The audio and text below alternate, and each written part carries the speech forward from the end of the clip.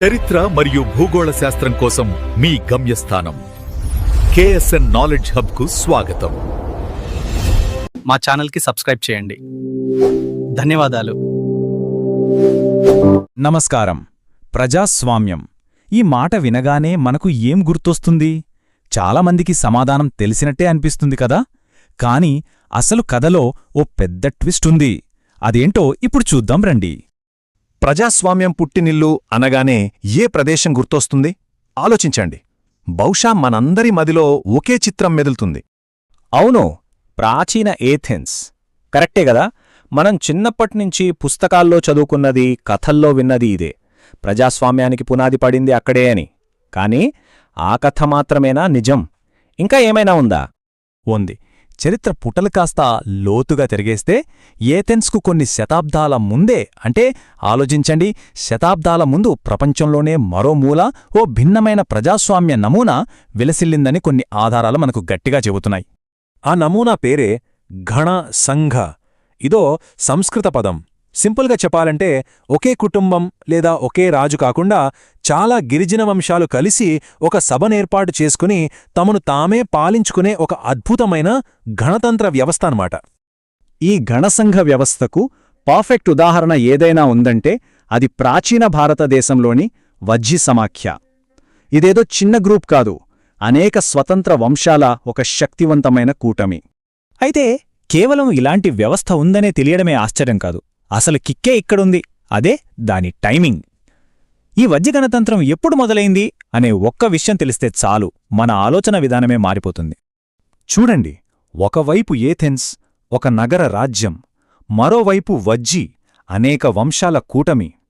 రెండూ వేర్వేరు నమూనాలు. సరే, అంతా బానే ఉంది. కాని అసలు ప్రశ్నేంటంటే ఈ రెండింటిలో ఏది ముందొచ్చింది? 100 జస్ట్ ఒక నెంబర్. కాని ఈ ఒక్క సంఖ్య ప్రజాస్వామ్య చరిత్రపై మనకున్న అభిప్రాయాన్ని పూర్తిగా మార్చేయగలదు. 100 ఏంటి 100? 100 సంవత్సరాలు. ఈ 100 సంవత్సరాల గ్యాప్ ఎందుకంత ముఖ్యమనుకుంటున్నారా? ఇదిగో ఈ టైంలైన్ చూస్తే మనకే క్లారిటీ వచ్చేస్తుంది. వజ్జి సమాఖ్య దాదాపు క్రీస్తుపూర్వం 600 ప్రాంతంలో స్థాపించబడింది. అదే ఎథేనియన్ ప్రజాస్వామ్యం ఎప్పుడు? క్రీస్తుపూర్వం 500లో. అంటే లెక్కేసుకోండి, దాదాపు ఒక శతాబ్దం ముందు. ఇది చిన్న విషయం కాదు. అందుకే Vajji the dawn of the first republic లాంటి పుస్తకాలు దీన్నేమన్నాయో తెలుసా? ప్రపంచపు మొట్టమొదటి ప్రజాస్వామ్యం అని ఘంటాబద్ధంగా చెప్పాయి. ఇది చరిత్రను తిరగరాసేంత బలమైన వాదన కదా. సో ఈ చారిత్రక సాక్ష్యం మనకు ఏం చెబుతోంది? ఇప్పటిదాకా మనం నమ్మిన ప్రజాస్వామ్య మూలాల కథను ఇది ఎలా మార్చేస్తోంది? ఒక్కసారి ఆలోచించాలి. చూడండి, దీనివల్ల మనకు స్పష్టంగా అర్థమయ్యేది ఇదే. 1 ప్రజాస్వామ్య చరిత్ర కేవలం గ్రీస్కో ఐరోపాకో పరిమితం కాదు, అది చాలా పెద్దది, ప్రపంచవ్యాప్తమైనది. 2 ఐరోపా బయట కూడా ప్రాచీన కాలంలోనే అద్భుతమైన గణతంత్ర నమూనాలు ఉన్నాయి. ఇక 3 వజ్జి సమాఖ్య పూర్వకాలంలో ప్రజలు తమను తాము ఎలా పాలించుకున్నారో చెప్పడానికి ఒక అద్భుతమైన భిన్నమైన ఉదాహరణ. ఇదంతా మనల్ని ఒక ముఖ్యమైన ప్రశ్న దగ్గర ఆపేస్తుంది. మనం చదువుకున్న చరిత్రలో ఈ వజ్జి సమాఖ్యలాగా బయటకు రాకుండా దాగి ఉన్న కథలు ఎన్నున్నాయో? బహుశా మన గతాన్ని మళ్లీ కొత్తగా శోధించాల్సిన సమయం వచ్చిందేమో. అంతులేని సుఖభోగాల్లో పెరిగిన ఒక రాజకుమారుడు జీవితంలోని కొన్ని కఠినమైన ప్రశ్నలకు సమాధానం కోసం తన రాజ్యాన్ని, సర్వస్వాన్ని వదిలిపెట్టి ఒక ప్రయాణం మొదలుపెట్టాడు. ఆ కథేంటో చూద్దాం. అసలు ప్రశ్న ఇక్కడే మొదలవుతుంది కదా. ఊహించండి, అంతులేని సంపద, అధికారం, సుఖాలు అన్నీ చేతిలో ఉన్నాయి.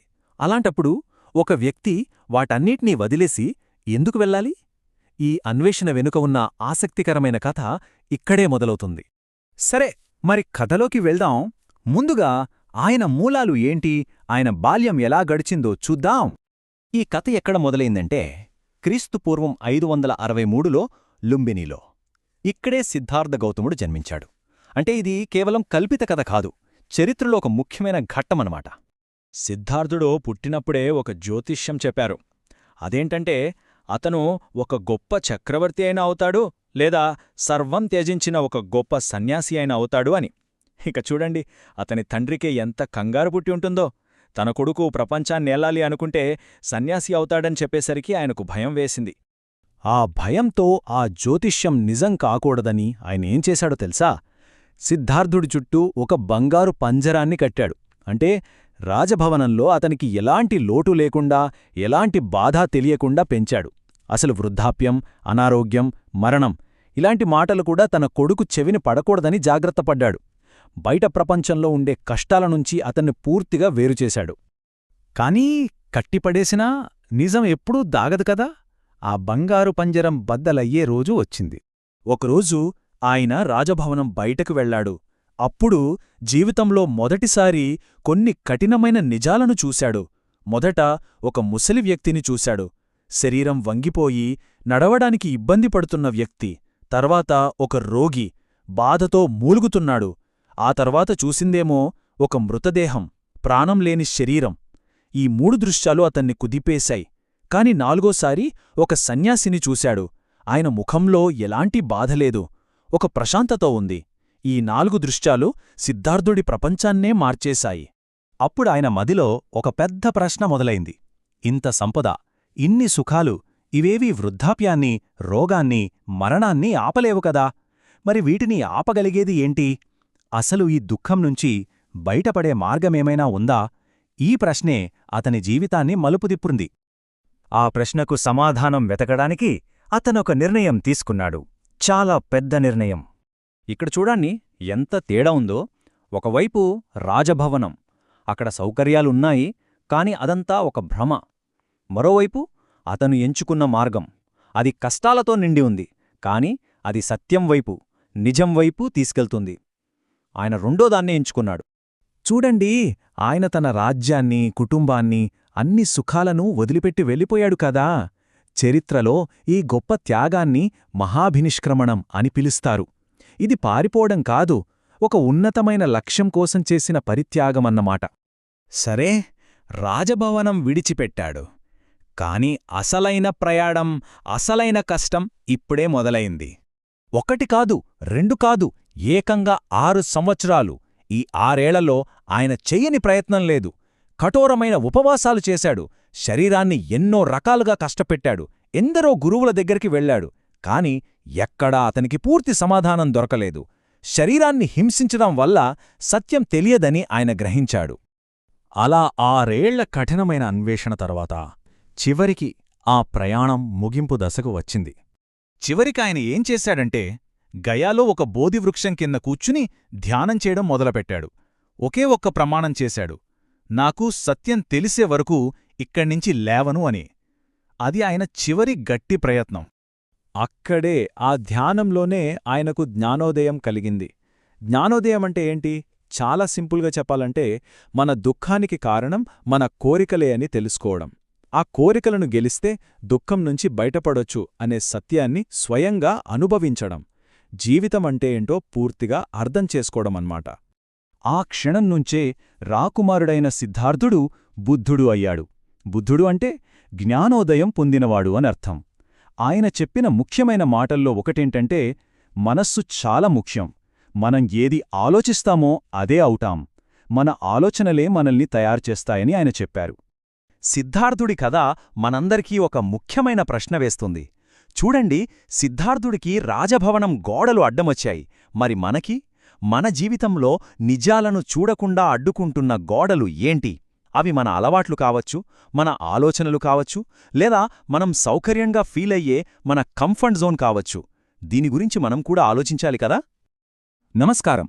ఇప్పుడు మనం చర్చించబోయేది కేవలం ఒక మతం గురించి కాదు, మన మనస్సును, మన అనుభవాలను ఎలా అర్థం చేసుకోవాలో చెప్పే ఒక శక్తివంతమైన పురాతన వ్యవస్థ ఇది.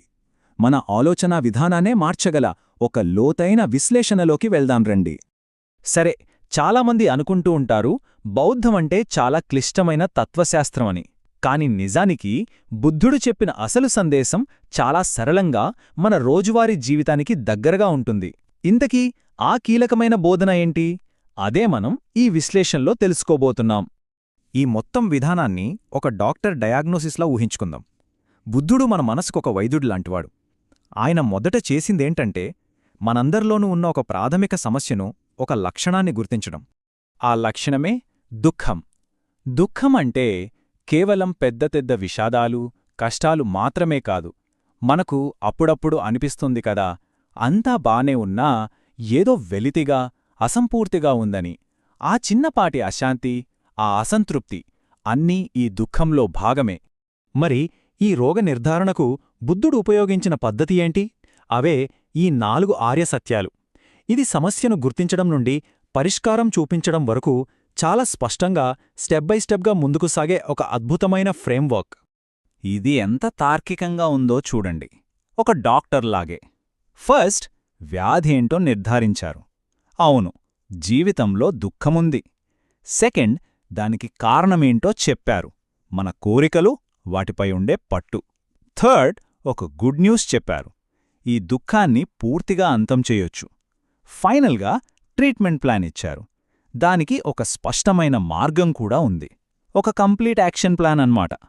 సరే, డయాగ్నోసిస్ అయింది, కారణం తెలిసింది. ఇప్పుడు ట్రీట్మెంట్, అదే ప్రిస్క్రిప్షన్. బుద్ధుడు సూచించిన ఆ ఆచరణాత్మకమైన చికిత్సా విధానమే ఈ అష్టాంగ మార్గం. అయితే ఇక్కడొక ముఖ్యమైన విషయం మనం గుర్తుపెట్టుకోవాలి. ఇది ఒకదాని తర్వాత ఒకటి చేయాల్సిన పనుల చెక్లిస్టు కాదు. ఇవన్నీ ఒకదానితో ఒకటి ముడిపడి ఉన్న అభ్యాసాలు. అంటే మన ఆలోచన, మాట, పని, మనసు వీటన్నింటినీ ఒకేసారి సరైన దారిలో పెట్టడానికి ఇవన్నీ కలిసి పనిచేస్తాయి. సరే, ఇప్పుడు ఒక్క క్షణం ఆ కాలానికి వెళ్దాం. 2,500 ఏళ్ల క్రితం ఈ ఆలోచనలు ఎందుకు అంత విప్లవాత్మకంగా మారాయో అర్థం చేసుకుందాం. ఎందుకంటే అప్పటి సామాజిక, మతపరమైన నమ్మకాలను ఇది పూర్తిగా సవాలు చేసింది. ఆలోచించండి, ఒకవైపు పూజలు, యజ్ఞాలు చేస్తేనే దేవుళ్ళు కరుణిస్తారని, అది కూడా కొందరే చేయగలరనే నమ్మకం బలంగా ఉండేది. మరోవైపు బుద్ధుడు వచ్చి, అదంతా కాదు, అసలైన మార్పు మీ లోపల జరగాలి, మీ విముక్తికి మీరే బాధ్యులు, కులంతో సంబంధం లేకుండా ఇది అందరికీ సాధ్యమే అని చెప్పడం, అది నిజంగా ఒక పెను మార్పు కదూ? ఓకే, ఇంత విన్నాక ఈ మొత్తం ఆలోచన విధానం నుండి మనం గ్రహించాల్సిన అసలైన, కీలకమైన సందేశమేంటి, దాన్ని ఇప్పుడు చూద్దాం. బుద్ధుని మాటల్లోనే చెప్పాలంటే ఆయన చాలా స్పష్టంగా చెప్పారు. నేను బోధించేది ఒకే ఒక్క విషయం, దుఃఖం, ఇంకా ఆ దుఃఖాన్ని ఎలా అంతం చేయాలి అనేది మాత్రమే. ఎంత సూటిగా, ఎంత ప్రాక్టికల్గా ఉందో చూడండి. అనవసరమైన సిద్ధాంతాల కన్నా మనిషి బాధకు పరిష్కారం చూపించడమే ఆయన ముఖ్య ఉద్దేశ్యం. కాబట్టి చివరిగా మనం అర్థం చేసుకోవాల్సింది ఇదే. మన జీవితంలో మనం ఎదుర్కొనే అసంతృప్తి అనేది ఎవరో మనకిచ్చిన శాపమో, శిక్షో కాదు. అదొక సమస్య, అంతే. ప్రతి సమస్యకు ఒక కారణం, ఒక పరిష్కారం ఉన్నట్టే దీనిక్కూడా ఉంది. ఆ పరిష్కారానికి తాళం చెవి మన చేతుల్లోనే పెట్టడమే ఈ తత్వశాస్త్రం యొక్క గొప్పతనం.